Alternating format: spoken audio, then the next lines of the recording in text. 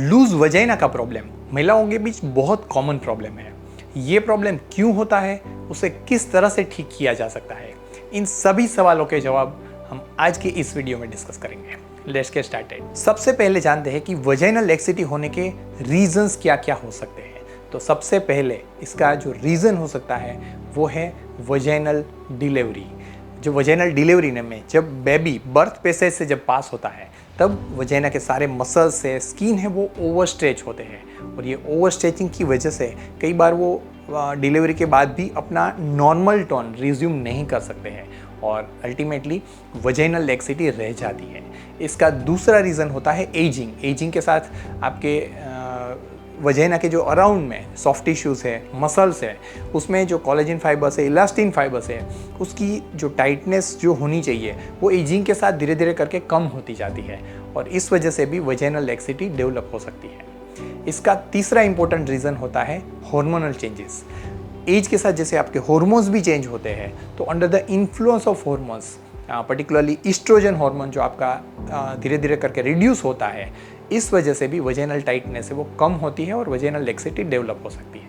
और इसका चौथा इंपॉर्टेंट रीज़न होता है वो जेनेटिक्स होता है। कई बार जेनेटिकली आपके जो सॉफ्ट टिश्यूज़ है, मसल्स है, उसमें कोलेजन फाइबर्स, इलास्टिन फाइबर्स है, उसकी स्ट्रेंथ है वो कम होती है कंपेयर टू नॉर्मल पीपल। तो इस वजह से भी आपको वजाइनल लैक्सिटी का प्रॉब्लम हो सकता है। अब आप ये जानना चाहेंगे कि वजाइनल लैक्सिटी का आपकी लाइफ के ऊपर क्या इम्पैक्ट होता है।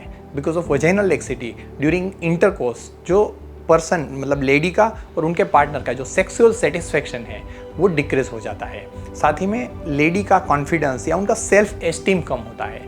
और अगर ये वजाइनल लैक्सिटी का प्रॉब्लम ज़्यादा एडवांस्ड है, ज़्यादा सीवियर है, तो आपको यूरिनरी इनकंटिन्यूस का प्रॉब्लम हो सकता है, यानी कि जो यूरिन को कंट्रोल करने में आपको डिफ़िकल्टी हो सकती है, यूरिनरी लीकेज हो सकता है, ये प्रॉब्लम भी आपको हो सकता है। अगर हम इस प्रॉब्लम के सॉल्यूशन के बारे में डिस्कस करें तो इसका डेफिनेट सॉल्यूशन आपको वजाइनल टाइटनिंग सर्जरी यानी कि वजाइनोप्लास्टी सर्जरी के द्वारा मिल सकता है, जो एक कॉस्मेटिक प्लास्टिक सर्जरी प्रोसीजर है और डे केयर प्रोसीजर है। इसे कंफर्टेबल और पेनलेस करने के लिए हम ये प्रोसीजर अंडर एनेस्थेसिया परफॉर्म करते हैं। और अच्छी बात यह है कि इसमें जो भी सूचर्स यूज़ किए जाते हैं वो सारे एब्जॉर्बेबल सूचर्स होते हैं, उसमें कोई भी एक्सटर्नली विजिबल स्कार नहीं आता है।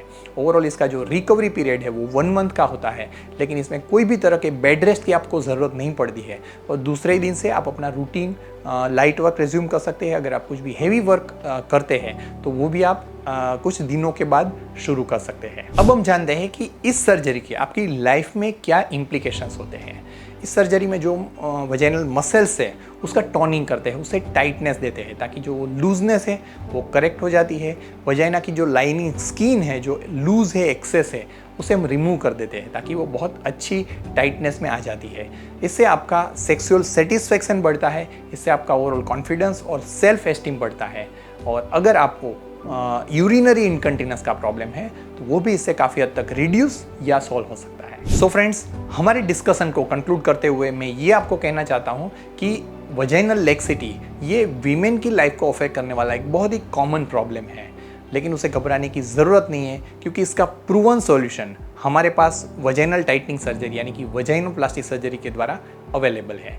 सिर्फ आपको ज़रूरत है उसके लिए qualified experience cosmetic plastic surgeon को कंसल्ट करने की।